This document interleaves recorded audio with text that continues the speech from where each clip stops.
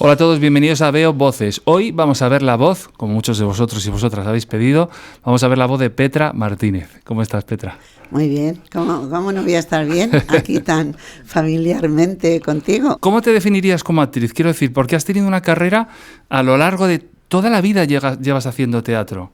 Sí, pero cine, fíjate, televisión, perdona que te interrumpa, No, es no. que es actriz de institución o actriz icono. sí, pero ¿sabes lo que pasa? Yo tengo la sensación y lo pienso mucho. Yo sí decidí, y tú lo sabes que te lo he comentado muchas veces, en Inglaterra ser actriz. Y eso sí, y vine aquí, busqué sitios. Pero realmente yo no soy una actriz. Yo podía no haber sido actriz y mi vida hubiera cambiado, por supuesto. Pero yo disfrutaría si lo que hiciera me gusta. Yo no soy una actriz vocacional de esas que son maravillosas, que es que sin el teatro, sin el cine, no lo entenderían.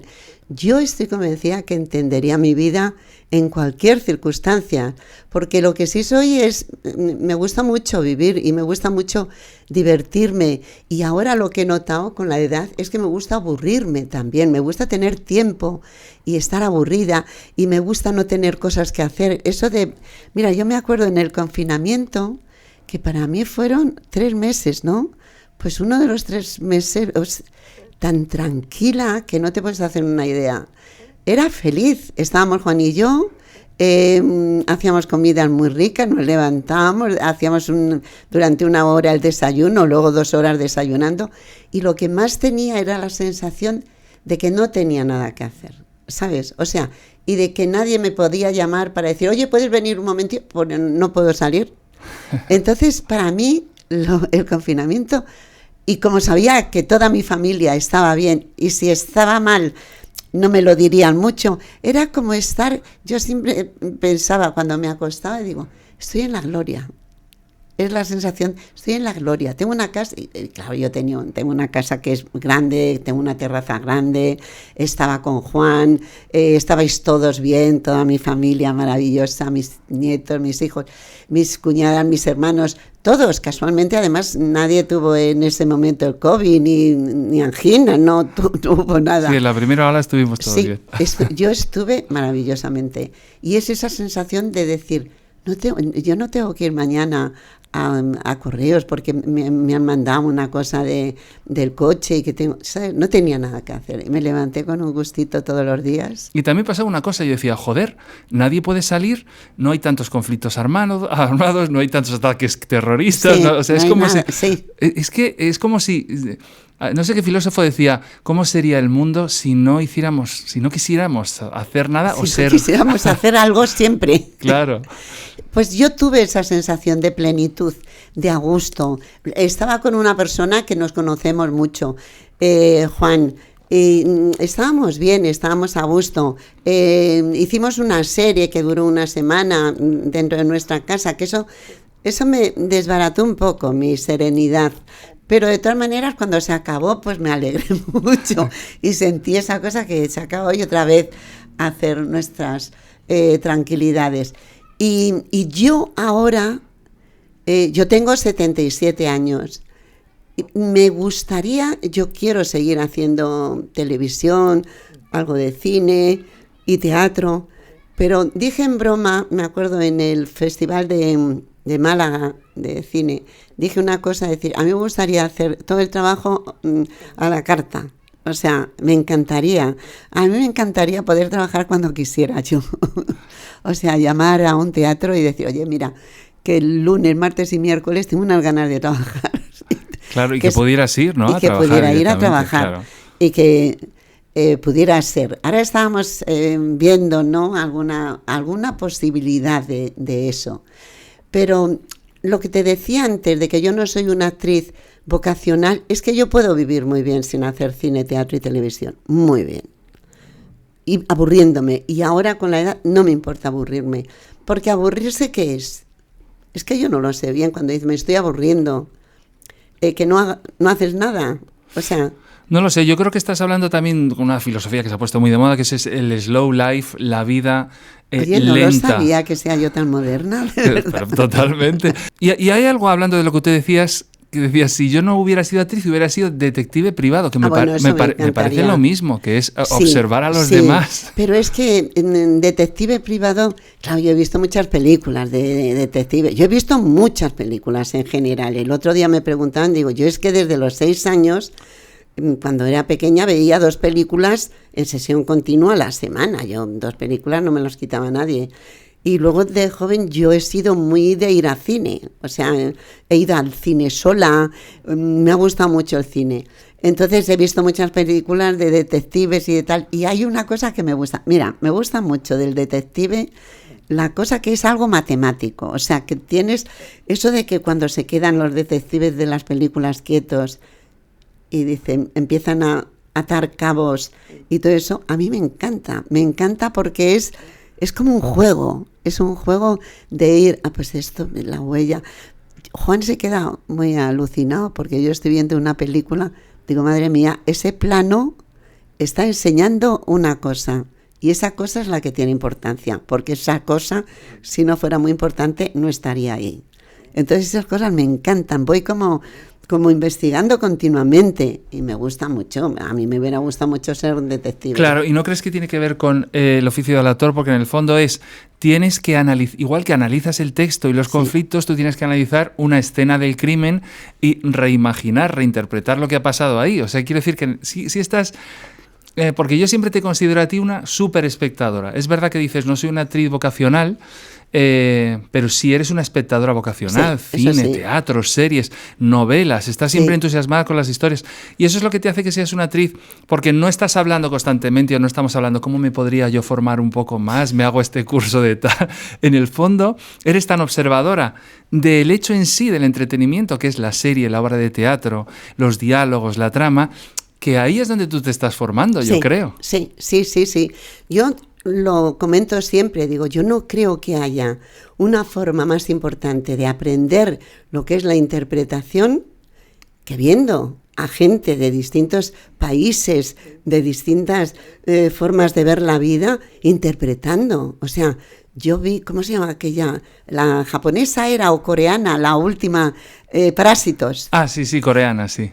Yo me quedé alucinada con esa película, porque dije, están interpretando, reconozco toda su interpretación, pero se nota que no son españoles. Sí, que es otra cultura totalmente es otra distinta. cultura por todo, por las tomas, a mí me encanta eso de ver una toma y decir, pero ¿cómo lo pueden hacer tan bien?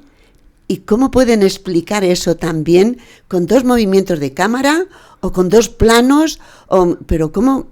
A mí eso me alucina, eso me encanta. Fíjate, yo creo que aparte de detectives, si me hubieran obligado a hacer algo de cine, montadora. Claro, qué bonito, porque Montadora. Además estableces el ritmo de la narración. Es que al final, yo siempre digo que el espectador de teatro es el montador de la obra. Qué bueno, qué bonito. Siempre lo he dicho, porque me da la sensación que el público es el que al final te va dirigiendo. O sea, tú presentas la obra ensayada, dirigida, todo, pero hay un punto final, que es el que te da el público. Y como los actores nos subimos al escenario y captamos al público en general, y la mayoría de nosotros, pero en un segundo, ya lo vamos viendo ya, y él ya nos va, el público ya nos va diciendo dónde está la gracia que creíamos que no, dónde está el silencio que creíamos que eso era una cosa más divertida. Entonces yo digo, es que es el montador al final. Es preciosa esa frase, me gusta mucho. O sea, es que es real, yo noto, y cuando vas a los estrenos que de repente has estado ensayando 2 meses y crees que aquí tienes que hacer lo que tú decías, el silencio, o que aquí entraba el chiste, es el espectador el que te dice, aquí no. Para nada. Incluso el ritmo de la obra te lo pueden marcar, ¿no? Completamente, pero completamente. O sea, el ritmo te lo marca fundamentalmente el público. El público, claro, en teatro, en artes escénicas vivas. Pero cine, es que yo me acuerdo, Antonio, que yo hice muy poco cine cuando era jovencita, nada, y ahora tampoco es que haga mucho, pero hago más. Entonces yo la primera vez hice un corto, Allanamiento de morada, y entonces dije, qué maravilla, va a ser siempre igual, o sea, no voy a tener suspense. Es mentira, tú vas a ver una película tuya, a lo mejor si vas a ver una película de otro, no lo notas tanto. Pero una película tuya, hay diferencias de una sala a otra sala, hay diferencias de un público a otro público. Y a ti te contagia. El montador ese último de cine también te contagia a ti mismo, que has hecho una película y que te la sabes de memoria. Sí, pero sí. sin embargo, con la actitud del público... Sí, sí, la atmósfera que crean en la sala es que es alucinante. Son distintas. Yo con Amigos de Jesús, con la película esta Sí, indie sí, que sí, hice sí, en un a mí me momento dado, encantó. de repente la película era malísima o buenísima según Sí. el público, porque es una peli muy regular, hecha en 6 días y pero tal. está muy bien. Pero sí que decía, hostia, tampoco aquí me libro de que sea igual, como dices tú, ¿no? Es que no es igual. Yo antes, claro, la diferencia de ir a un festival de cine a de teatro es que si vas a un festival de teatro con tu obra, estás deseando que llegue, ojalá sea el primer día, para quitarte todos los nervios y luego estar tranquilo. El teatro es que estás viviéndolo y te pones nervioso y te puede salir muy mal y te puedes equivocar. Las películas no están ahí. Pero las películas también, según qué público, puede ser un éxito o puede ser una cosa que pase sin pena ni gloria. Sí, desapercibida total, es cierto, es cierto. Y hablando de el público como montador, como editor, como que crea atmósferas y que influye incluso en el resto Sí. de la sala, estamos poniendo al espectador en el centro, que es una cosa que a mí me interesa mucho y que yo creo que tienes tú muy incorporada como actriz. Sí. El público siempre te le agarras de los cojoncillos o de los ovarios y te le llevas contigo. ¿Cuándo descubriste que el público completaba tu trabajo como actriz? Pues mira, cuando fundamentalmente hubo una obra que se llama La mujer en la ventana. Era una obra, un monólogo, y era una señora que no tenía unos cambios dramáticos, era una situación emocional, una noche que a ella por la cabeza le pasaban muchas cosas, pero en principio no había un dramatismo que iba subiendo, bajando, era muy lineal todo. Y yo ahí sufría porque había veces que rodaba y que no me pesaba, que no tenía mochila, y a veces que tenía un mochilón que me costaba. Y dije, esto es que lo tengo que solucionar. Hice de todo. Comía una cosa, no comía carne, hacía, ¿sabes? Para ver si tenía que ver, hacía mucha gimnasia, no la hacía, para ver si eso fluía en mi cuerpo y no tenía esa sensación de que me veía. Yo no quiero verme en el teatro, yo quiero ver al público, imaginar. Y entonces le dije a Juan, yo trabajaba con la cuarta pared mucho, como buena alumna de algunos profesores maravillosos, que es maravilloso. Y dije, se acabó, ¿puedo quitar la cuarta pared? Para el público, yo creo que los que nos oyen saben perfectamente lo que es la cuarta pared. Claro. Y le dije, voy a quitar la cuarta pared. Y ahí empecé a hablar de la palabra mentir, que estaba muy mal vista cuando yo era joven, de mentir. Es decir, y hacía ejercicios en el autobús. Yo me metía en el autobús y empezaba a llorar, y hasta que quien estuviera al lado mío no me preguntaba qué pasaba, yo hacía virguerías, me ponía, me sacaba. Hacía muchos ejercicios de ese tipo, o en una cafetería me ponía así, me empezaba como a llorar. Era mentira, pero el lloro me salía tan bien porque los quería mentir y que vinieran. Y ahí me di cuenta que lo maravilloso, lo que no puedes es crear completamente la cuarta pared. Y lo que no puedes es que tú te lo creas. No. Tú no te lo crees. Claro. Hay parte que si estás de acuerdo con el texto, muy bien, pero no te lo puedes creer. Y si te lo crees, puedes empezar a volverte loco. O sea, que es una enfermedad. Y entonces ahí, con esa obra, yo me di cuenta que hay dos cosas fundamentales. Una cosa, que la palabra mentira suena muy mal, pero sí tienes que contar una cosa que a ti no te ha pasado y se lo tienen que creer el público. Eso es lo más importante en un momento para mí. Claro. Y lo segundo, que el público le tienes que coger, tú has dicho por los huevos, yo digo, el público tiene que estar sentado en esa silla y pendiente de mí. Eso es lo más importante para mí. Son dos cosas fundamentales. Yo no puedo, yo puedo buscar, yo soy muy atípica, o sea, me gusta mucho saberme muy bien el papel. Esta última obra he tenido unos pocos problemas, pero me han enseñado tanto que estoy encantada. Pero yo no creo mucho en muchos estudios. A mí no me sirve de nada saber la vida de ese señor cuando nació. No, esa señora, no me interesa. Yo quiero el texto y lo que quiero contar, contarlo. Claro, el aquí y ahora de lo que está escrito, ¿no? Eso es lo que yo quiero.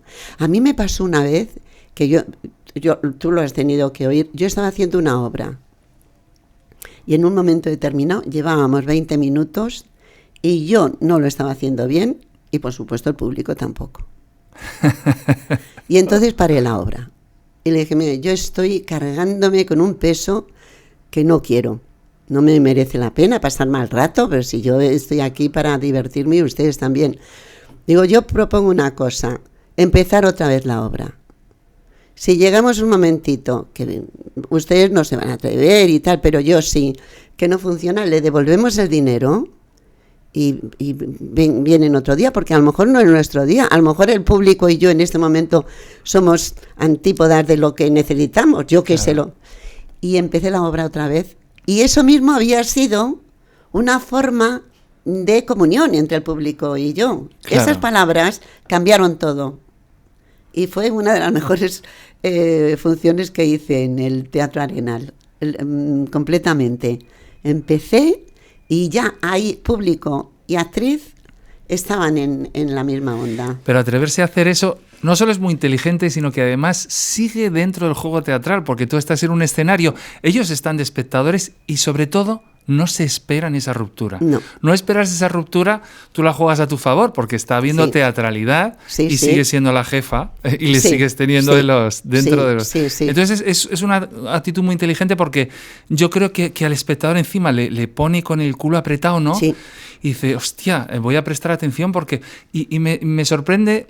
Me gusta mucho que digas que no eres vocacional, porque estás diciendo, me aprendo el texto como una cabrona, si no me sale bien paro el espectáculo, bueno. Hago ejercicios en el autobús, o sea, todo, que realmente estás muy comprometida con el oficio, aunque tú misma digas... Mucho, porque me gusta hacerlo bien, me gusta hacerlo muy bien. Pero lo que no soy, es decir, a mí ahora me dicen que no, pero yo ahora, si pudiera viajar mucho...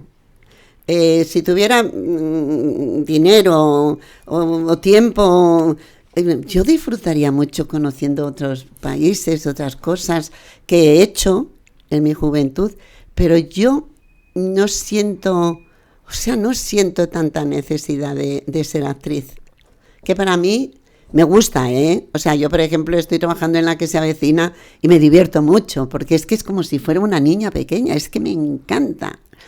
Y la última película que he hecho, La vida era eso, es una película de sentimiento que no tiene nada que ver. Y me gustan las dos cosas muchísimo. Y el teatro, La señorita Margarita, es un tirar todo para adelante. Todo me gusta. Y lo seguiré haciendo, casi seguro que sí. Pero si por cualquier cosa no lo pudiera hacer... Yo no me sentiría, yo estoy convencida que si pudiera irme a la playa, tengo una casita en la playa, me puedo ir a la playa, me encanta encanta leer, me encanta ver las series en las plataformas y alguna en televisión abierta. Pero bueno, yo creo que yo me estoy dando aquí un pisto como si eso fuera especial, pero a lo mejor estoy utilizando la palabra vocacional de una forma exagerada, porque yo creo que eso que me pasa a mí, yo creo que nos pasa a la mayoría, ¿no? O sea, ¿tú te sientes vocacional o qué te sientes tú como actor? Bueno, yo siempre he querido ser actor, pero de lo que hablas tú yo creo que no está reñido con la vocación, porque tú hablas de desapego y eso es muy atractivo, porque el desapego hacia la profesión en el fondo te hace muy atractiva, porque dices, podría no hacerlo, me toca los cojones, pero si lo hago hasta las últimas consecuencias. Sí, o sea, sí. Que el disfruto. Por eso digo, disfrutas y haces disfrutar al público. El desapego es súper atractivo porque en el fondo no estás desesperada por ser actriz, ni desesperada por el siguiente papel. Nada, pero de nunca, Antonio? O sea, yo nunca... es que yo nunca he pedido trabajo. Nunca. Cuando empecé en el teatro, no, cuando vine de Londres, que trabajaba en la embajada americana, un poco ya que me gustaba el teatro, porque yo ya vine de Londres ya dispuesta a hacer teatro, Pero lo que yo hacía mucho, por lo menos una vez al mes, yo me iba a buscar trabajo, pedía cita, porque me divertía el hecho y hacía personajes también, como en el autobús. Pero buscaba trabajo y si me salía ese los dejaba enseguida en 15 minutos y me iba a otro trabajo. Ahí sí que pedía trabajo porque me divertía la idea de ir a Torrejón de Ardoz a pedir trabajo. Claro. Tenía suerte porque tenía una hermana que me podía ayudar mucho. Pero a lo mejor entonces... Pero en esto no. Porque va más allá, o sea, quiero decir, no es vocacional, sino que es del destino o genético. Estabas, no había otra posibilidad para ti, por eso a lo mejor tienes desapego. No, pero que la suerte, es que yo muchas veces lo pienso, digo, es que qué suerte empezar a hacer teatro con 25 años o 26, embarazada de mi hijo, luego embarazada de mi hija. Y estaba haciendo teatro, cine y televisión, sobre todo al final, bastante. Y yo nunca he ido y he llamado, que me parece bien que se haga. Juan siempre dice, hay que pedir, hay que... Yo no. Pero también porque teníamos grupos. Claro, sí, y en sí. los grupos trabajas, ¿me entiendes? Y cuando yo he ido a algún casting y si he visto que el papel, digo, este papel es que no me pega nada. Yo le he dicho, oye... Habéis mirado muchas, ¿sabes? Te lo juro. Quedaros con ellas, si habéis mirado muchas. No, digo, porque yo tengo muchas amigas que pueden dar, pero te lo juro, hace poquísimo, con una directora maravillosa, pero yo no me veía en ese papel nada. Y le dije, si tiene que ser así del norte, yo tengo grupos de ¿sabes? Lo decía porque... grupos de amigas que podrían hacerlo mejor. Que son mejor, actrices. Claro. O sea... que he tenido suerte en ese sentido, que no he tenido que pedir trabajo. Y has hablado de tu hermana, podríamos hablar un poquito de dónde vienes, porque a lo mejor a la gente le interesa. A mí es que también me parece muy especial, ¿no? Tu familia es especial. Mi familia es muy especial, han sido muy especial todos, desde mi padre, mi madre y mis hermanos, todos. Yo tenía 5 hermanos cuando se declaró... cuando hizo Franco el golpe de Estado y a través de eso la guerra. La guerra, sí. Eran ya 5. Mi familia estaba muy bien situada. Mi padre trabajaba en telégrafos, una buena posición, manejaban una cafetería y estaban bien. Pero vino la guerra y entonces todo empezó a estar muy mal. Y estabais en Madrid, ¿no? Bueno, yo no había nacido, pero estaban en Madrid y luego se fueron a Valencia... con la guerra, luego se fueron, ya son los que se ven por las carreteras yendo a Francia, Ajá. andando, eso me lo han contado mis padres y mis hermanos.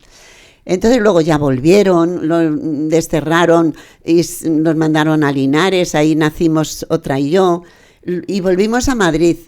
Y luego hay cosas muy graciosas de mi vida, la sensación de eso que nos pasaba a las niñas y niños de esa época, que no sabíamos casi nada de la vida. O sea, ahora los niños saben todo, no saben nada en el fondo, pero hay tanta información que pueden saber. Pero entonces, fíjate lo que te voy a contar.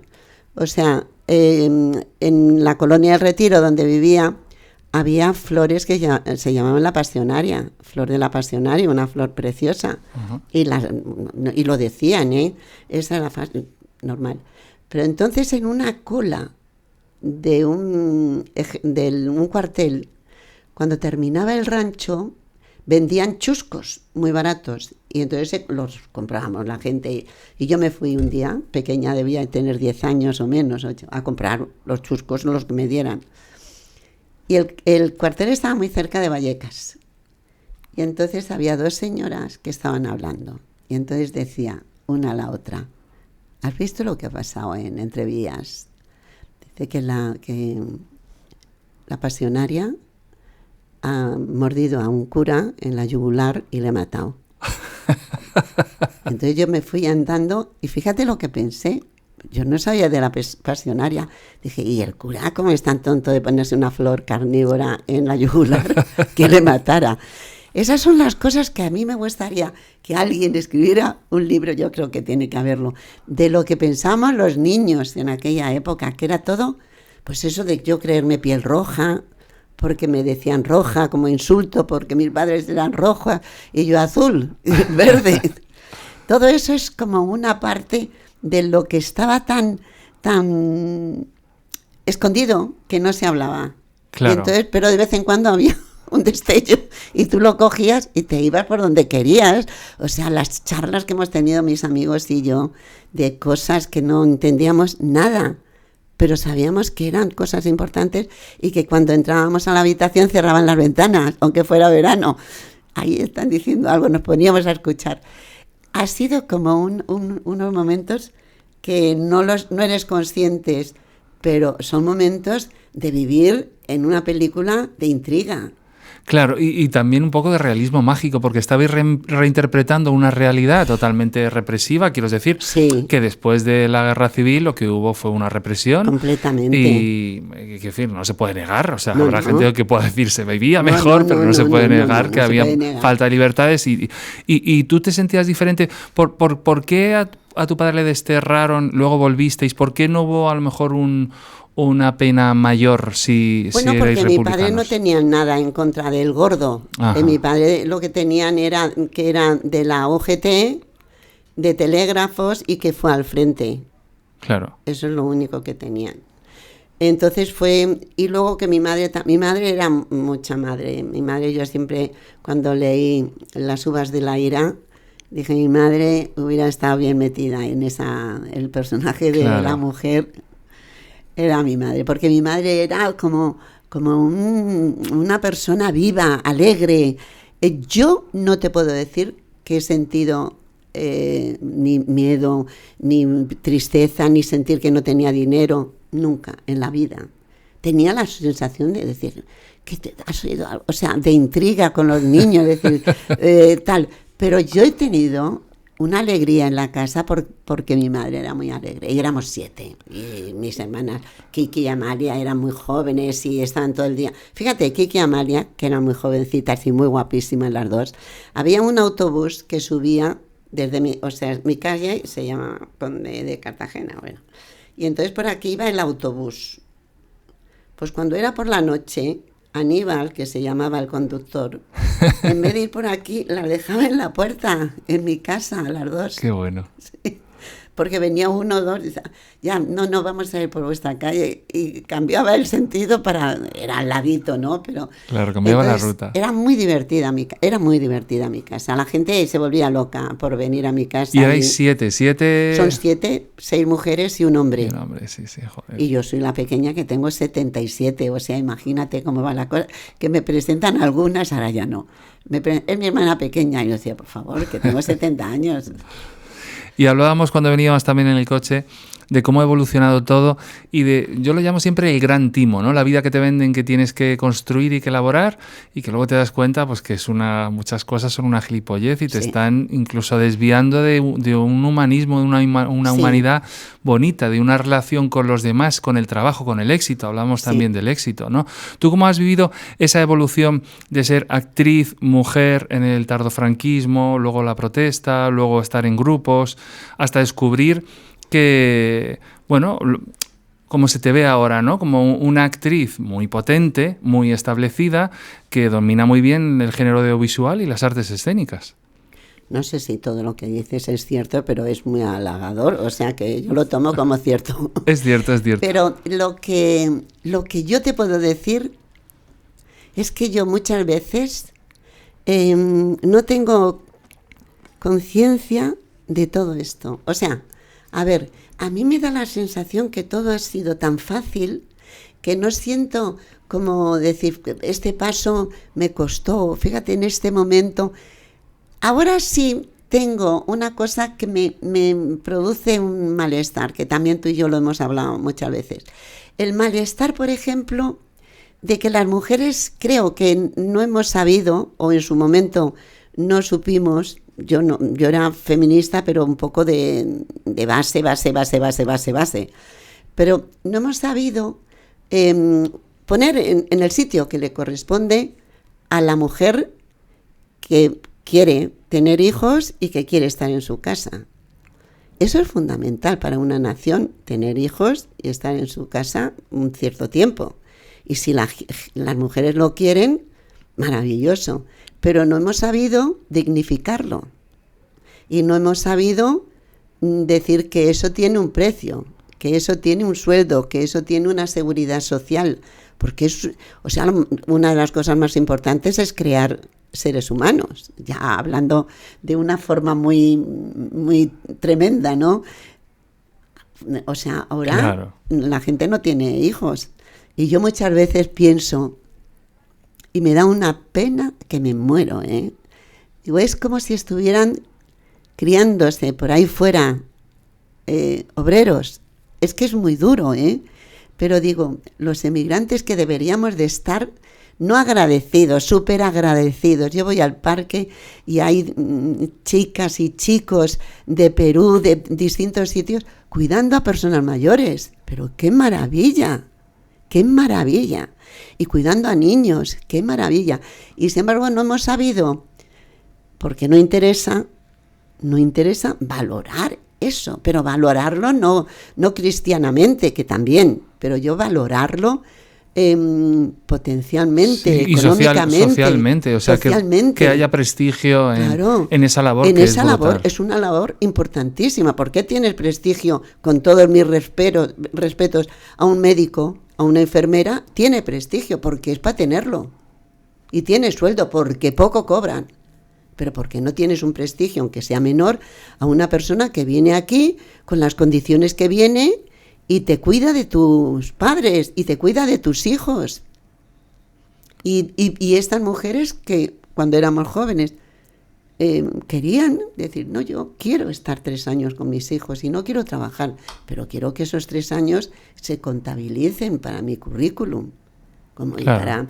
Y si estoy viviendo con mi pareja, pues a lo mejor los que vivan juntos, repartido, o que trabaje él porque hayan decidido. Te quiero decir que yo creo que no hemos sabido de una forma valorar. También es lógico porque el ama de casa que se considera como una sumisión al heteropatriarcado, en el fondo tiene que tener una reacción en la que diga, oye, esto no lo repartimos, que yo creo que fue lo que se dijo, no me someto, esto se tiene que repartir, y luego dices que muchas veces esa lucha en lo que se ha convertido es en que tú te lo comes todo, estás currando un montón. Hombre, y al mismo tiempo estás con los hijos. ¿No que era eso? Trabajar como una burra en tu casa, como una burra.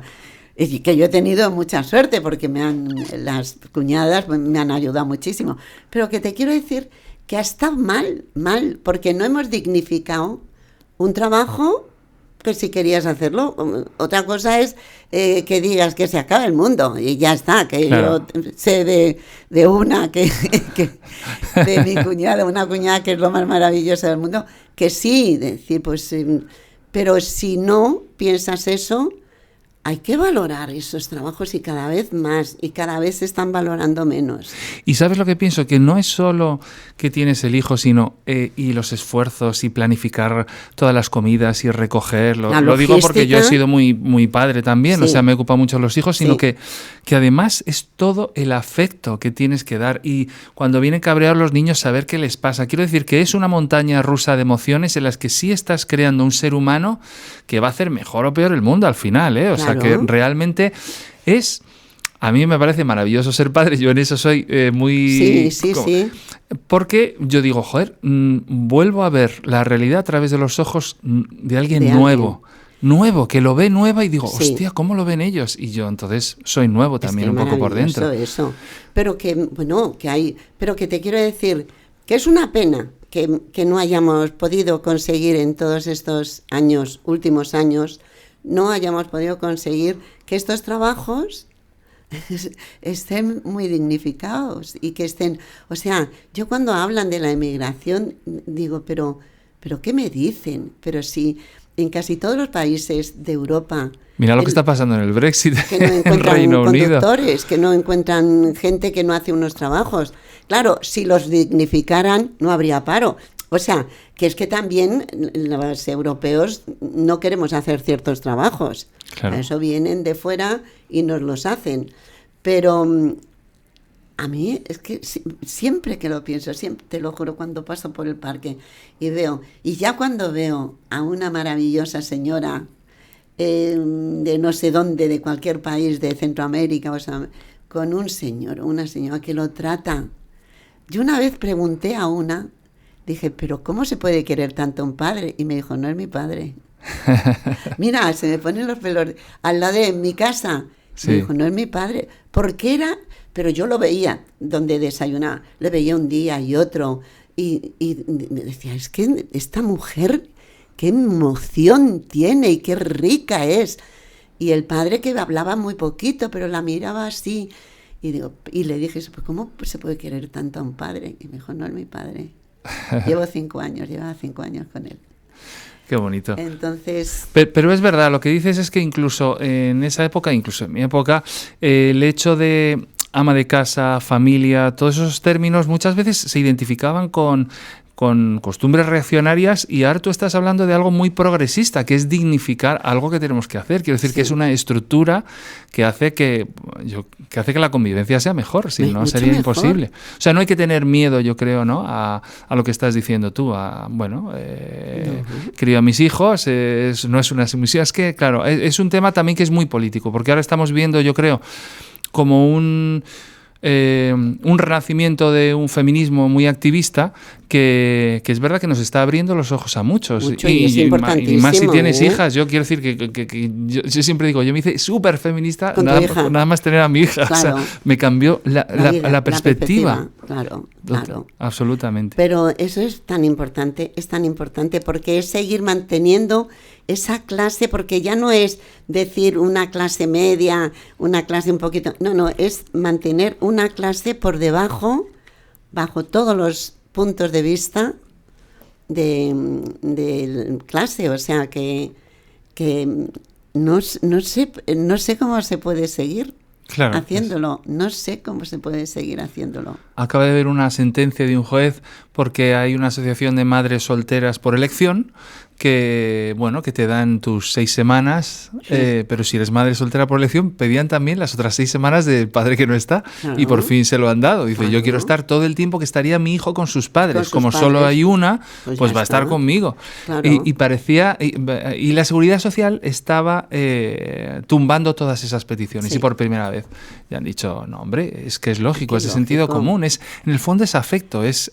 amor, ¿no?, al chaval. Es que no se entiende cómo, de verdad que no se entiende cómo el hecho de que cuando dicen nacimientos en este año ha bajado, no sé qué, nacimientos han bajado no sé cuándo, que te quiero decir, es que el tener hijos, a quien le guste, ¿no?, es una fábrica de algo muy importante para que el mundo siga adelante, pero muy importante, porque si decidimos todos no tener hijos, se va a la mierda el mundo, lógicamente. O sea, es sumamente importante.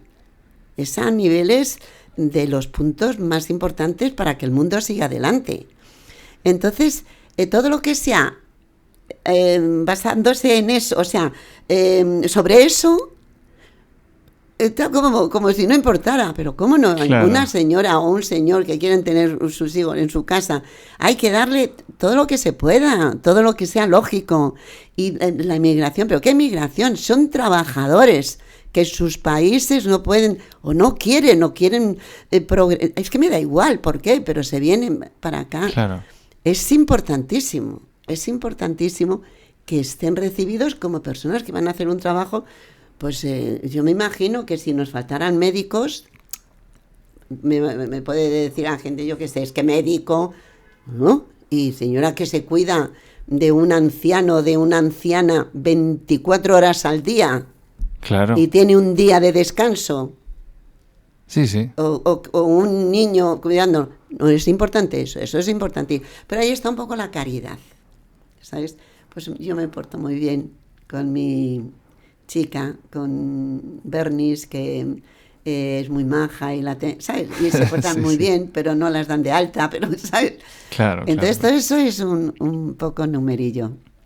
Que yo digo, porque sé que no se puede solucionar, un poco numerillo mío decirlo, porque sé que eso es imposible arreglarlo. Sí, es difícil, pero bueno, yo creo que poco a poco, poniendo los problemas sobre la mesa, poco a poco se irán encontrando medio soluciones o medio parches, porque es muy difícil la convivencia, y más además en una sociedad muy polarizada por los medios de comunicación, en las redes sociales, como estamos viviendo ahora. Yo hablo mucho con Hugo, con tu nieto y mi hijo, que claro, que él tiene un poco la visión del mundo polarizada, como si hubiera una guerra entre los progresistas y los conservadores, derecha e izquierda, y luego yo le digo, joder, luego todos queremos más o menos lo mismo, a veces de distintas maneras, pero queremos un poquito lo mismo en la convivencia. Sí. Entonces, y saco este tema porque hoy estaba en una reunión en el Instituto de la Mujer en Torrejón de Ardoz.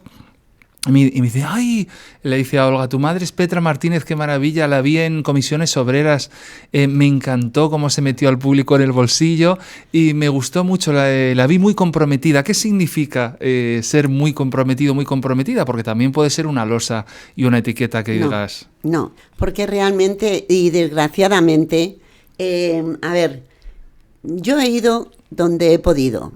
A Comisiones Obreras han llamado y yo he ido. Y me habrán llamado seguramente alguna vez de UGT y yo he ido. Mientras lo que fuera a decir, yo estaba de acuerdo. Yo muchas veces tengo la sensación de que se ha creado una brecha y hay gente que está trabajando en la brecha, gente politizada, gente realmente preocupado y lo hace para que eso se vaya solucionando. Yo llevo un tiempo que digo, yo soy muy mayor, la brecha está ahí, hay gente que tiene que estar en la brecha, pero yo ahora lo que tengo que estar es encima de la brecha, porque es lo que dices tú, o sea, hay unas visiones en la vida. Hombre, quitándolo de los pensionistas, que ahí sí, porque ahí tenemos todos la misma visión. Pero yo sé positivamente que Hugo y yo vamos a tener distintas posiciones. Si ya es Marina, pues más, y si ya tiene 30 años, y si ya está muy politizado de un lado y de otro, ahí yo voy a poder hacer poca cosa. Ahora, si me llaman para hacer algo y yo lo veo correcto, yo voy. Pero para mí no supone mucha losa ni mucha... Porque a mí cuando me llaman y lo veo que está bien, que yo no he sido nunca del Partido Comunista en mi vida, y el otro día me llamaron para hacer un documental sobre la historia del Partido Comunista. Entonces dije, vais a hablar de lo que es la historia del Partido Comunista. Esto es una cosa histórica, el Partido Comunista existió y no hay, lo podéis criticar, no criticar, pero es una cosa que existió como existió otras muchas cosas. Lo he hecho. Claro. Lo he hecho voluntariamente y de una forma gratuita, y porque me parece que estudiar el pasado es maravilloso, y si lo están estudiando dos chicos jovencísimos, me parece mucho más maravilloso. Entonces yo siempre voy a estar, por eso no es una losa, porque voy donde quiero. Claro. A mí me llaman y me dice, oye, mira, que esto me han llamado para... Que va a ser maravilloso, una organización de mujeres, porque debe haber muchas mujeres en la cárcel por problemas políticos y por problemas también sociales y de otro penales tipo, y de lacras. Eso no me salía. Pero sé que todo será muy penoso. Entonces han hecho una maravilla, una chica que no te digo el nombre porque es que soy un desastre para los nombres. Ha hecho una cosa que es poética, que es bonita, que es la explicación de unas mujeres que están sufriendo, y ella lo ha escrito, que es precioso. ¿Cómo no voy a hacer eso? ¿Cómo no voy a hacer eso? Y me da, yo sé que son progresistas, pero a mí me viene alguien a lo mejor un poco, no de mi banda, pero me hace una cosa bonita y de justicia, y yo creo que está bien, a no ser que sea de ciertos partidos que yo no voy a jugar con ellos, yo sí que estaría dispuesta. Por eso no es una losa, es un placer cuando puedo hacer algo. Hay una cosa que se me olvidó decir cuando hablabas de Parásitos, que es verdad que era alucinante ver la trama y lo que pasaba y los actores coreanos, pero se acaba de estrenar una serie que se llama El Juego del Calamar en Netflix, donde también son coreanos. Que Hugo me está diciendo que lo tengo que ver, sí. Pero me han dicho que el primer capítulo es terrible, de violento. Sí, es muy violento. Lo que pasa es que es como son los coreanos. ¿A ti no te parece que actúan comentando la actuación? O sea, están comentando, de repente hacen ¡oh! O sea, Pero es que son así, que miran y ¿verdad? hacen, ¡oh! Que les falta mirar a cámara. Y entonces, al infantilizar esa violencia, esa tortura y esa propuesta, porque parte de una propuesta brutal de... Como, en el fondo, se supone que es una crítica al capitalismo. Estamos todos endeudadísimos Sí. y si quieres quitarte esa deuda, tienes que arriesgar tu vida. O sea, que en el fondo te podemos matar. Tienes que jugar a un juego de niño de los que jugabas de pequeño y si lo haces mal te matamos, pero si no ganas un montón de pasta. Ya. O sea que en el fondo es una trama tan infantilizada que la violencia está muy estilizada. No es algo que te llegue, porque no te lo puedes creer. Pero sin embargo, sí que... Y retomaba eso porque hubo un momento en tu carrera que es en el audiovisual. Tú has comentado que hiciste un corto con Mateo Gil, Sí. que era Allanamiento de sí, morada. Además sí. estaba también... Eduardo Noriega Eduardo y Noriega y Pepo Nieto. Nieto, sí. Que se ganó todos los premios del mundo Sí. y que de repente te lanzó dentro del audiovisual, ¿verdad? Sí. Un cortometraje, Sí. o sea que es maravilloso, con un guión, para mi gusto, muy Muy bueno, bueno, muy bueno. y que habla un poco en el fondo, de los vendemotos, que Sí, tiene sí, que ver sí. también con el juego del calamar. Cuéntanos cómo ha sido, porque ahora acabas de estrenar, ¿no? La vida era eso. Se estrena el día 28 de octubre. Vale, y que también ha ganado un montón de festivales. Sí. ¿Cómo ha sido entrar en el audiovisual? Porque en el fondo entrar en el audiovisual también fue como independizarte de los grupos de teatro y de Juan, ¿no? Un poquito, no del todo. Y en ese momento me vino de maravilla. Claro. O sea, yo pienso, es que yo creo que la gente que hicimos un teatro independiente en esos años, hemos tenido mucha suerte, porque, a ver, trabajamos, no teníamos que depender de nadie, comíamos, éramos un poco niños, algunos de papá y tal, pero tampoco pasa nada. O sea, que te quiero decir, otros no tenían dinero los papás, pero les daban para... Hemos tenido mucha suerte, esa generación, pero mucha suerte, mucha suerte. Hemos tenido la posibilidad de luego cobrar paro, porque la mayoría de los actores antiguos les ha costado, pero gente que trabajaba en teatros nacionales y tal, lo de pagar la seguridad social no ha sido tan bien vista en momentos por ciertas personas. Entonces nosotros hemos cobrado, hemos trabajado lo que nos ha dado la gana, nos hemos divertido, hemos viajado, hemos sido los modernos, nos permitían unos lujos de meternos con unos actores que eran brillantes, pero eran de otra época y los insultábamos así, que luego yo me he echado las manos a la cabeza, porque digo, pero si yo a mí ese hombre me encanta. Entonces hemos vivido muy bien. Hemos vivido, date cuenta también, cuando se llamaba la dicta blanda. Claro.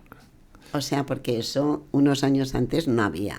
O sea, a mí me cuentan me contaban en Londres, pues gente que lo ha pasado muy mal. O sea, que llegaba un día que los cogían y los metían en la cárcel y ya está, en la cárcel y no sabían nada. Y a mí las novelas de la guerra, de la posguerra, porque fíjate, yo no es que justifique la guerra, para nada, pero lo que no puedo es con la posguerra, la humillación. Si ya has ganado, pero bueno, había muchos mandatarios de la época que hizo la guerra que decían, no solamente hay que matar a los que han hecho la guerra enfrentándose con nosotros, sino a los descendientes. Claro. Eso lo he leído, ¿eh? A mí nadie me ha contado Pero que te quiero decir que ha sido tremendo. Pero ya en los años 70... era tremendo porque no te dejaban hacer unas obras, pero claro, con la censura jugabas. Y de pronto teníamos público, una gente que no nos conocía a nadie, porque es que era la política, estaba metida la política ahí, no había partidos. Entonces te quiero decir que hemos tenido un momento que éramos héroes casi, ¿no? Claro. Hablábamos de política, nos suspendían la obra, organizábamos se hizo la huelga de actores, que eso fue... Que la huelga lo que queríais conseguir era tener un día de descanso, ¿no? Esa fue la primera huelga. Esa fue muy, muy dirigida. O sea, empezaron Concha Velasco y Juan Diego y todos la seguimos. Nosotros éramos muy graciosos porque trabajamos un día a la semana o dos. No teníamos mucho problema. Pero sí se consiguió. Es que eran 14 días. 14 días a la semana. Joder. 14 funciones a la semana. Era una bestialidad. Era un cansancio porque ya no se podía con el cuerpo y no se ganaba como ahora, se ganaba, bueno, en teatro a lo mejor, pero nosotros hicimos la huelga para conseguir que no teníamos sindicato nosotros, era el sindicato vertical, que estaban los empresarios y los trabajadores, que eso es un sindicato absurdo, pero era el que había. Entonces nosotros se hizo una asamblea y conseguimos 11 miembros del espectáculo, del teatro, del cine, que fueran los que hablaran. Los portavoces, sí, ¿no? los portavoces. Entonces, como no se llegó a ningún acuerdo, se hizo una huelga, que hasta eso, una huelga que suele ser terrible, porque es muy terrible, Sí. la huelga de actores, las anécdotas que hay de la huelga no te las puedes creer, pero era es que, y luego fue todo el mundo. De pronto estábamos en la sede, que era el sindicato, en Costanilla no me acuerdo cómo se llama. De Los Ángeles, ¿no? Ese caminito que está en Santo Domingo. Sí. Pues ahí ahí nos reuníamos. Y de pronto, pues eso que decían, oye, que hace huelga Sara Montiel, oye, que hace huelga el otro, que hace gente que no pensábamos que iba a hacer huelga. Y los 11, que era gente muy graciosa, los 11 miembros estos, pero ellos iban a todos los sitios. Fue una huelga divina y no conseguimos lo que queríamos conseguir, pero conseguimos muchas cosas. Conseguimos el hacernos conocer, muchos se hicieron sindicalistas y funcionó muy bien. O sea que fue una huelga, no se llegó a conseguir en ese momento. Yo le decía al abogado... Pero el día de descanso sí lo conseguiste. Eso sí, el día de descanso se consiguió. Y hemos conseguido muchas cosas, es que yo ahora no me acuerdo bien, pero con huelgas, mini huelgas. Yo me acuerdo una vez que íbamos a trabajar, después de mucho tiempo, íbamos a trabajar seguidos en Madrid y empieza la huelga. Y nosotros una rabia porque queríamos trabajar. Otra huelga fue con lo de la guerra de Irak. Ah, claro. Que sí. Yo no tenía función, pero tenía ensayo. Y entonces me lo quitaron. Y yo dije, no, yo quiero que conste, era en el María Guerrero, que conste que hago una huelga. Entonces me dijeron, pero ese día no vas a cobrar, no importa, pero que se ponga ahí, Petra Martínez va a la huelga. Y yo creo que fue una época que la anterior debió de ser terrible, ¿eh? Desde que terminó la guerra. La guerra no digo nada, porque cualquier guerra es espantosa, y una entre hermanos, como se dice por ahí, claro, es espantosa, y encima por imponer una dictadura es espantosa. Pero a mí lo que me hierve la sangre es la posguerra, o sea, el sufrimiento, el miedo, eso es lo que más me duele. O sea, ahí yo veo la maldad de los vencidos, la maldad de los vencedores. Pero bueno, si ya has ganado, si lo tienes, ¿por qué metes a la cárcel el hermano, el tío, el primo? ¿Por qué matas a la mujer? ¿Por qué los cortas el pelo a unas mujeres de un pueblo que lo que han hecho es dar de comer a sus hijos que venían del... ¿Sabes? Eso es lo que a mí siempre me ha producido una sensación de decir, en aquel momento era muy mala gente. Claro, es un fracaso total del ser humano después, sí, porque puedes decidir la reconciliación o puedes decidir, claro, pues eso, la represión o un poco un genocidio de una parte, sí, de la población. Sí. Que esa decisión sí que se podía haber tomado. Y es ahí, sí, cuando es un fracaso del ser humano y, sí, de la sociedad. O sea, que es... Yo te digo, y te lo digo de verdad, mira que estoy en contra de la guerra, en contra de Franco, pero si hubieran hecho la guerra, es que no podían, tenían que matar a todos porque había una fuerza. Pero si hacen la guerra y meten a la cárcel, yo qué sé, otra cosa más humana, pues estaría en contra, sería horroroso. Pero después de una guerra, empezar a detener a la gente, pero en las casas con niños, con tal, eso no tiene perdón. Eso... yo no... Claro, eso no es un creo. peso que seguimos arrastrando. Eso, o sea, y es lo peor. Para mí, claro, es lo peor que ha hecho el fascismo, de verdad. Entonces, yo creo que no tienen perdón. En serio, esa gente que después de vencer ha machacado.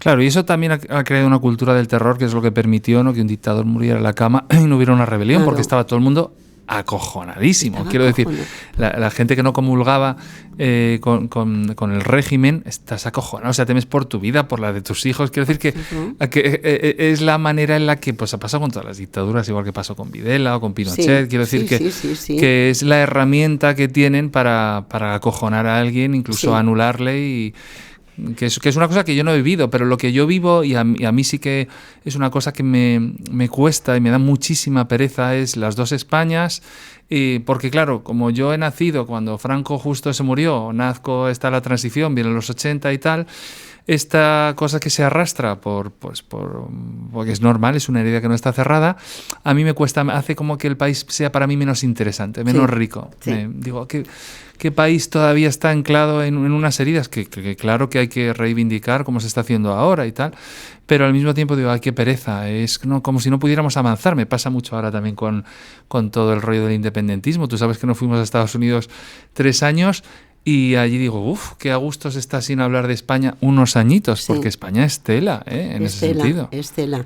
Yo lo que ahora, quitando ya la posguerra y todo eso, lo que ahora sí, yo creo que la mayoría de los españoles es ese enfrentamiento que hay en la política, pero ya no solamente en el Congreso, sino que de pronto te enfadas con uno porque piensa lo contrario. Pero bueno, ¿por qué no? En las familias hay ideologías de todo tipo. Claro. Y siguen para adelante, y siguen aguantándose, y siguen... Es que yo eso me pongo mala. O sea, digo, tendrá que ser, porque no van a ser todos tontos. O sea, a lo mejor es que el ser humano es así, ¿sabes? Porque no lo entiendo si no. O sea, claro, que se enfaden continuamente, que se insulten en el Congreso. Es como si en un en una oficina llegara uno que diga, ¡hijo de puta! Y el otro, más tú, acuérdate. Pero ¿cómo en una oficina eso no puede? O en un restaurante. O por la calle, en un restaurante tú no eres alguien. Las cosas que se dicen. Congreso, eso se hace en los... en un trabajo. Sí, es un juego en el que hay poco nivel de pensamiento crítico, aunque los políticos en sí sean otra cosa, pero el juego que escenifican es un juego muy pobre a nivel intelectual. Muy pobre. Es muy pobre y además está basado en el hiperliderazgo, o sea, en el personalismo. Sí. O sea, no es un conjunto de ideas o progresistas o conservadoras las que están puestas en el Congreso, sino las personas. Si Pedro Sánchez es guapo, si Pablo Casado tiene una buena oratoria, si la ¿Cómo se puede decir esas cosas, verdad? Quiero decir que si hubiera, yo siempre pienso, si hubiera un equipo de gente trabajando o ideas conservadoras o progresistas que hagan que sea mejor la convivencia, que eso se supone que es la política, y no salen los líderes porque no hay líderes, sino equipos de trabajo, y lo que salen son portavoces, o sea, gente que habla con la prensa contándolo, si tú no estuvieras votando a una persona, a una cara, o mira a la Ayuso, cómo mola, qué chula es, con 2 cojones abre Madrid, vamos a votarla todos, se apropia de la palabra libertad y qué bien. Si no fuera personalista, pero yo creo que el ser humano necesita una cara y seguir a alguien. En vez de seguir, yo tengo la esperanza de que en el futuro sean las inteligencias artificiales un algoritmo el que le diga, mira, hay tanto dinero de presupuesto. ¿Cómo lo dividirías para que la sociedad fuera el bien común, lo más inteligente? Ser así, y te lo hace una máquina. Completamente como una oficina de contabilidad, ¿no? O sea, yo no sé, yo soy un poquito pesimista, ¿sabes? Lo que sí pienso es que en España yo creo que ha habido muchos momentos de pesimismo, muchos, y algunos de alegría. Entonces, lo que yo creo que tiene que cambiar fundamentalmente es fíjate qué cursi soy, que la forma, el estilo de lucha, o sea, hay distintas ideologías, pues las hay en las familias, las hay, unos a mí me parece que son las justas y las que votaría siempre por esta, y otro no, pero desgraciadamente para mí esas existen y están ahí. Lo que yo veo es que no hay, lo que decías tú antes, no hay un nivel cultural, ni un nivel intelectual, ni dialéctico, ni nada, o sea, y tú más, casi es eso, ¿no? Sí, pues tú más tonto, pues tú no sé qué. Pero eso también me hace gracia porque está dicho por periodistas, está dicho por políticos, eso lo dicen ellos mismos. Sí, que es una escenificación. Claro, Total. entonces dices, si ellos ya lo toman así y siguen, es que no se lo toman en serio. Sí, pero a lo mejor no saben el efecto que está causando en la población, que es un agotamiento, un cansancio, un pesimismo, como hablabas tú. Y nosotros, yo creo que las artes escénicas lo que tenemos es la intención siempre de lo que dices tú, la obra hacerla bien. O sea, el público te está viendo, tienes que ser entretenida. Y fíjate, hacerla bien, y si es una obra que tiene un mensaje político, social, tú tienes que estar de acuerdo con eso. Claro, claro. Y si no, no lo hagas, ¿sabes? Como actor, o sea, estoy exagerando porque de pronto tú puedes hacer un asesino. ¿Cómo vas a estar de acuerdo con el asesino? Bueno, pero con lo que puedes cuenta. estar de acuerdo con, pero sobre todo hablando de política, Claro. de ficción a lo mejor. Entonces hay una cosa que cuando tú ves una obra, lo que te están contando es tan interesante.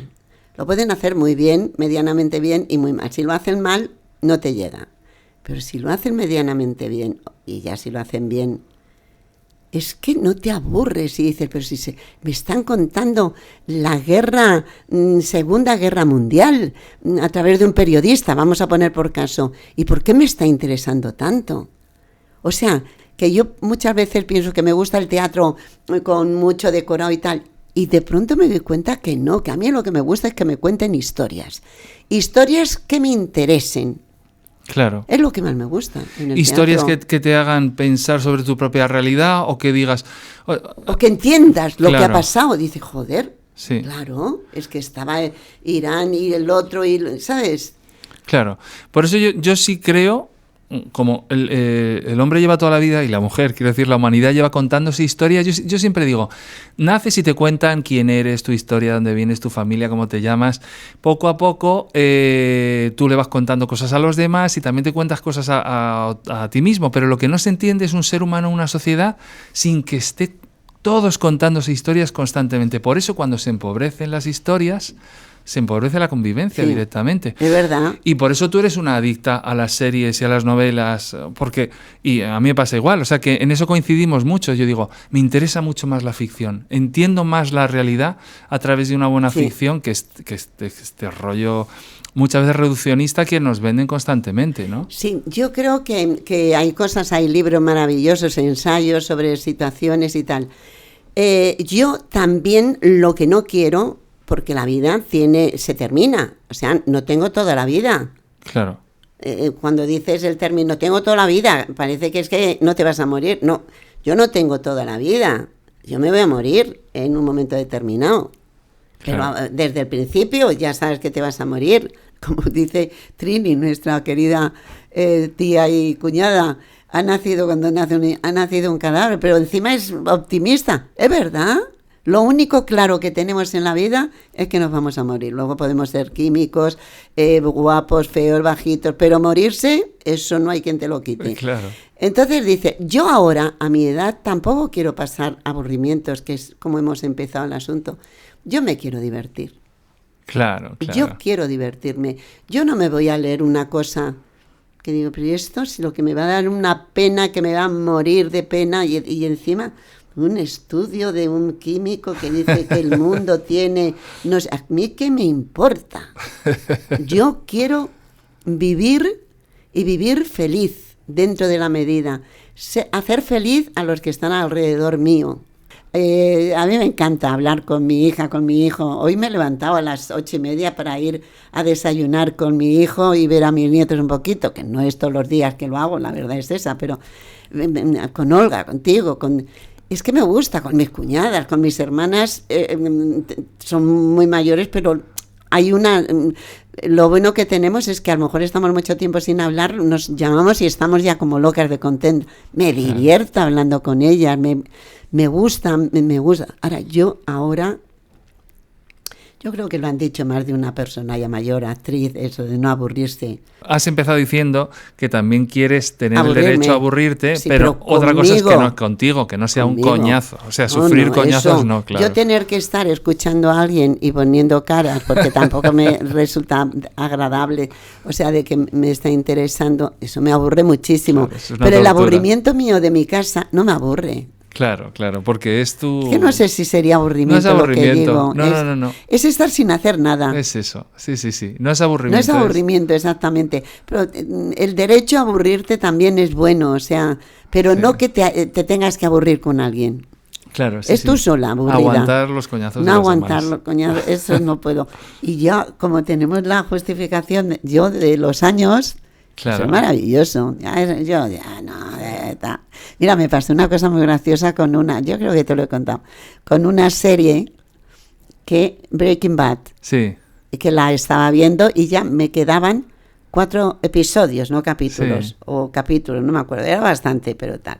Y veníamos y me dice Juan, no me digas que te vas a poner, veníamos de comer con alguien, y me le quedé mirando y digo, Juan, esto son 3 horas, creo. Nuestras próximas 3 horas no vamos a hacer nada, nos vamos a aburrir, nos vamos a echar. ¿Tú sabes lo que me van a contar en estos 3 últimos episodios de Breaking Bad? Que llevo meses para llegar a este momento. Esto para mí es mucho más que 3 horas de vida. A mí qué más me da que me quiten 3 horas de vida. Yo qué sé. Pero eso es...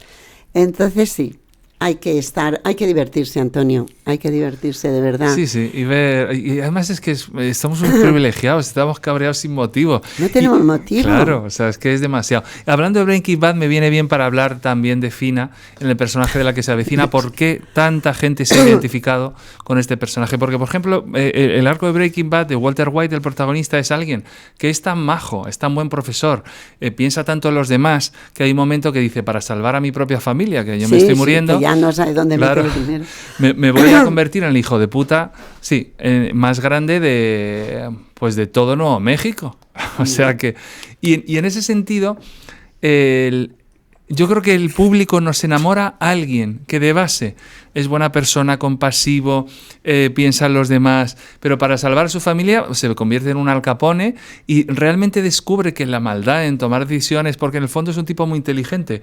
Dices, qué gusto da a alguien que saca su maldad. Y yo creo que Fina, yo me identifico mucho con alguien, me acuerdo del capítulo de la Lotería de Navidad, en el que dices, que alguien se atreva a ser tan hijo de puta, tan hija de puta, te alivia como persona, porque estamos, y yo lo digo, en un momento súper puritano que a mí me parece coñacísimo en la sociedad. Sí. Yo pienso, a mí yo el primer día, yo creo que lo hemos hablado, el primer día que salió la emisión, yo estaba asustada, porque dije, ya ves tú, yo dije a Alberto Caballero, oye, que si va mal porque el personaje tal, que yo me voy, ¿eh? Y se empezó a reír, me dijo, no, ya ves tú como tu personaje cuaja bien.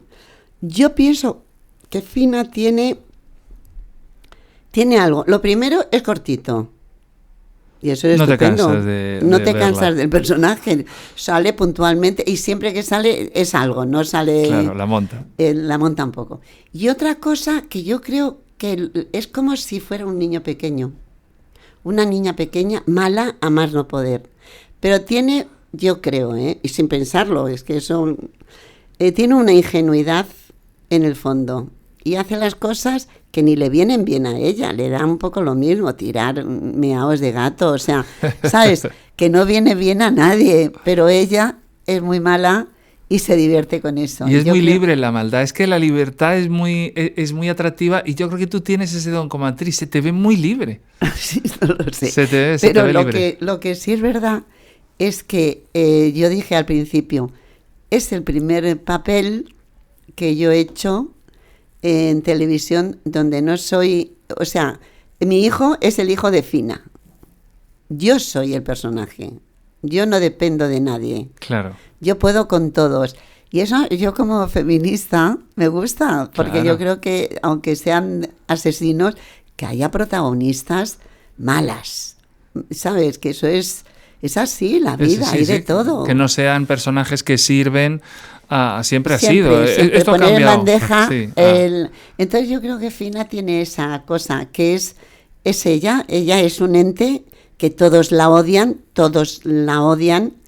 y que hacen maldades, pero que no saca nada en cuenta, o sea, no gana dinero. La maldad por la maldad, es La que es maldad muy por la atractivo. maldad.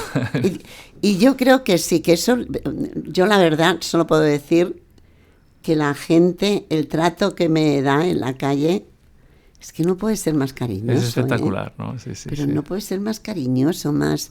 Ay, pues y además, luego es muy gracioso con el Instagram, porque como en el Instagram soy muy suave y tal, los seguidores me dicen, es que te valoran como actriz. Claro. Pero ¿cómo siendo tan mala puede ser tan buena? En la vida real. Sí. Es muy gracioso. La soledad con Jaime Rosales fue un antes también y un después en un tipo de cine que normalmente no se contaba, ¿no? Trabajar con Almodóvar también en La Maleducación. Muy poquito. Yo siempre digo que he hecho un corto con Almodóvar. Claro, pero sí que has trabajado con autores muy potentes. Sí, Miguel Albadalejo. ¿Qué has aprendido tú de esos procesos? Porque tampoco voy a decir esos directores para endiosarlos, porque quiero decir de esos procesos, esos guiones, esas propuestas. Bueno, con Jaime Rosales yo me acuerdo la primera vez que estuve hablando con él, me gustó mucho cómo hablaba, a ver, no sé cómo lo decía, no me acuerdo, pero era muy bonito decir, bueno, vamos a hacer ensayos, 15 días o así, que es demasiado para el cine, pero 15 días de ensayos, vamos a sacar unas conclusiones y a intentar que esas conclusiones las veamos luego en el set. Y no investigar más, nada más.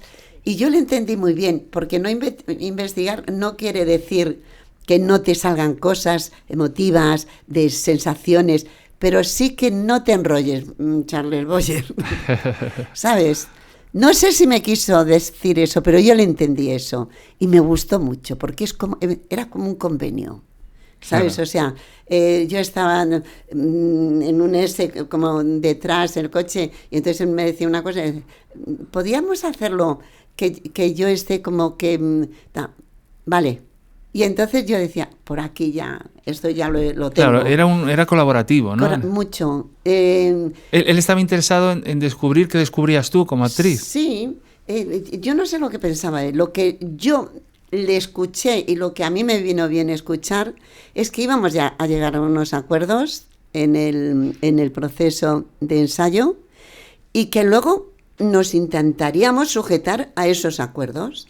Entonces yo me repasaba lo que yo había escrito de acuerdos y tal, porque luego tardamos un mes casi, me parece, en empezar el rodaje, pasó un tiempo. Y eso me dije, pues me parece que es un buen método para ciertas cosas. Luego se puede renovar, pero me parece un buen método hablar con el actor, porque los actores somos muy habladores. O sea, de pronto estamos ensayando una obra de teatro y se nos ocurren miles de cosas y tal.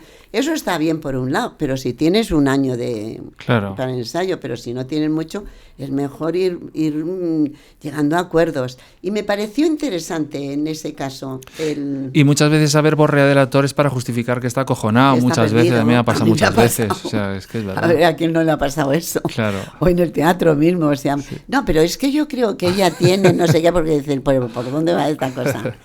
Y luego, por ejemplo, Miguel Albadalejo es un director que tiene sus manías, o sea, la siesta no come, tal, y a mí todo eso me hace mucha gracia porque intuyo que todo eso está metido que está preocupado. Claro, ¿no? Dentro del proceso. Digo, porque con él hiciste Nacidas para Sufrir, sí, con Adriana Ozores, que es un peliculón. A mí me gusta mucho. Encantó, esa película me encantó. Yo creo que tuvimos a mí nunca me gustó el nombre. Nacidas para Sufrir. Nacidas para Sufrir es que era el título de una película muy famosa. Mi madre decía siempre, me gusta mucho Nacidas para Sufrir desde que yo soy pequeño. Entonces, cuando escuché tu título, digo, a ver si va a ser una versión. No, nada que ver. Y nada que ver. Entonces, Nacidas para Sufrir suena a drama, suena a sensaciones muy melodramáticas. Y Nacidas para Sufrir no tiene melodrama. Yo la hubiera puesto algo porque realmente hay un lesbianismo de la tercera edad. Sí, eso yo es le hubiera maravilloso. puesto eso. Una mujer la soledad de una lesbiana en un pueblo, ¿sabes? Sí, sí. Porque sé que tiene morbo y que hubiera tenido un poco... Bolleras en el ocaso. Bolleras en el ocaso, o en el pueblo, yo qué sé, por ahí iba yo. Pero Miguel es un director maravilloso, es divertido, escribe muy gracioso, Muy bien, gracioso, sí. y está muy bien. Y con David Martín de Los Santos, el Sí. último, ese tiene una cosa, el texto ya, es una cosa como, parece que le va la vida un poquito, ¿sabes? Que luego es mentira, porque es muy divertido, se enrolla con 10 de pipas, pero hay una sensación como de persona muy... que le va a afectar todo mucho, ¿sabes? En el trabajo. Claro. Es un tío maravilloso, pero maravilloso.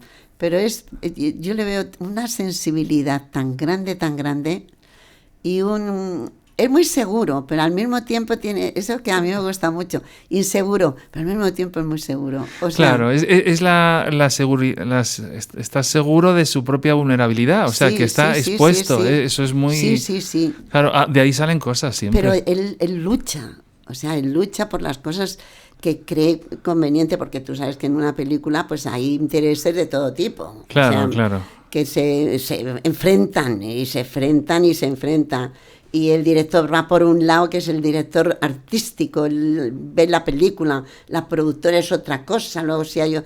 Pero él puede parecer así, pero es un tío muy seguro. Muy seguro. Estoy deseando ver la peli. Se estrena ahora, es muy, o sea que... muy bonita, yo creo que te va a gustar. Y yo, por ejemplo, entrevisté cuando hacía los talleres de cine a González Iñárritu y le dije, oye, a Petra Martín le hiciste un casting muy especial, porque ella me lo cuenta para Beautiful, el director mexicano. Me dijiste que fue un casting que te chocó mucho como actriz, pero al mismo tiempo te gustó mucho. Pues fue tremendo, ¿eh? Pero fíjate, es que fue tremendo. ¿Y con quién? El director era. Claro, González Iñárritu, que tiene Oscar por... Sí. O sea que... Pero ¿y se acordaba de mí? Claro, y se acordaba de ese casting. Yo le hablé y se acordaba de... Porque le dije, le pusiste la cámara a 2 centímetros de la... Y él llevaba la cámara. Y tú llevabas la cámara. O sea, era una invasión total. Sí, completamente. Eso fue una cosa muy rara, lo que pasó. A lo mejor eso son lucubraciones mías, pero muy raras.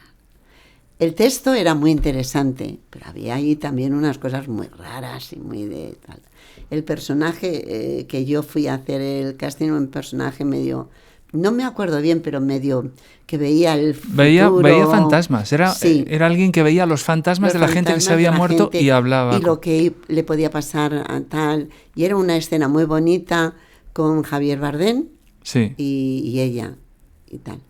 Y entonces se me ocurrió, yo estuve esperando con un señor que debe ser amigo suyo, un señor mayor, un señor con mucha, yo creo que le tenía mucho respeto. Ajá. Y que le lleva a los castings. Eso es lo que yo deduje. Y entonces deben de creer en muchas cosas que dice eso es una opinión completamente que no tiene que ver con la realidad. Él me lo dijo, que creía en eso. Que creía. Sí. Y entonces yo me creía que era todo lo contrario. Claro, que se estaban riendo de esas personas que habían fantasmas y... Y entonces yo tengo una historia de un tío mío, ya muy... O sea, pues ha muerto hace 1000 años. Un hombre que cogió la sífilis y se le subió a la cabeza. Eso es la locura. Sí. Y entonces yo le conté que mis tíos, mis abuelos, empezaron a ser naturistas porque es que es muy curioso, porque este hombre se iba volviendo loco, o sea, no había medicina, y entonces le llevaban a un montón de sitios, le metían cosas, y entonces llegó a una naturista, una señora naturista, que eso fue el final, pero antes de eso le llevaron a Cienpozuelos, que era donde estaban los locos. Entonces le sacaban, no sé si había fin de semana o solo el domingo, con un Simón, que era un coche de caballos, y mi padre le había hecho una cosa que se ataba, o sea, como de sí. cuero, como una chaqueta, pero para que no se moviera, porque daba un Como las camisas de escandalazo. fuerza, ¿no? Pero no tan agresiva, Ajá. o sea, era más camuflada. Ajá. Pero los pies le daban una patada al conductor que ya le tenían que sujetar mi padre los pies. Y le dijo la naturista, y esto es el final. No, pero te voy a contar antes lo de cómo pasó Lo del Y casting. entonces en Cienpozuelos, cuando venía a su casa, que le llevaban un día, le tenían que dar unas pastillitas. Y un día, pastillitas que yo me creía que no existían en ese tiempo, como las que están con plástico fuera, Ajá, sí, una sí, capsulita. sí. Y entonces mi abuela, Petra, abrió una capsulita y dentro había una imagen chiquitita de papel de una virgen. Ajá. Entonces mi abuela dijo, esto es un pitorreo. Claro. Y yo dije, fíjate, que hay gente que se cree que con una virgen, y ahí yo noté que me miró raramente. Claro. Raramente. Y dije, esto no tiene arreglo. Claro, pero porque él sí estaba buscando.